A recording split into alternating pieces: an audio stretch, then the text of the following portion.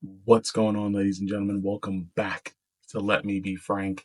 Today, I didn't think I was going to be doing a positive review about this, but in all honesty, I think this one actually came out pretty good. The MCU has been on kind of a bad path with bad storylines, not really flushing out characters, but guys, I actually think they nailed this one. Let's talk about it.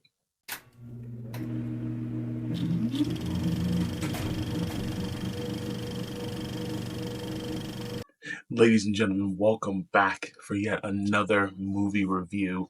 Today, we are talking about Thunderbolts. I know I'm a little late, but I got a lot going on. Today, we're talking about Thunderbolts, a surprisingly pretty good MCU movie. This one is starring Florence Pugh, who I'm just going to get right into it. She knocks this one out of the park. She does such a fantastic job.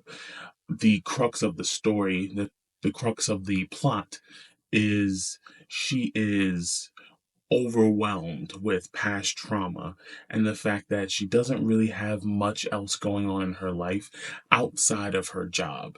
Now, I like this story because it's so relatable.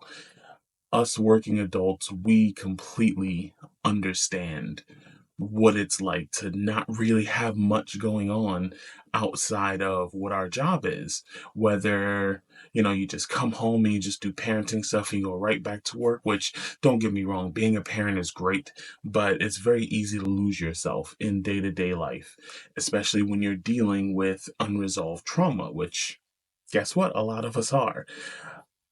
This movie had a great tone to it. They didn't do what Marvel normally does. Normally, Marvel tries to make everybody Jim Carrey and they try to stuff in as much jokes and unnecessary humor as possible. This one, the humor felt very natural, especially coming from Red Guardian. This one was very well acted. Very, very well acted. The story was very good. It was the tone that we've been wanting. We don't always want the bright and sunny, you know, Iron Man little haha quib. Sometimes we like a little darkness, and this movie was all about darkness from Sentry learning how to use his powers and then casting, almost all of New York City into the void, which is everyone just dealing with their past trauma, which has got to be awful. But a lot of our heroes had to deal with a lot of things that were happening to them that they haven't quite resolved. They didn't really do too much with Ghost, but that's because they really dove into her story in, I believe it was Ant-Man and the Wasp or Quantum Realm. It was one of those Ant-Man movies. I can't remember which one. There's like 30 of them. Yeah.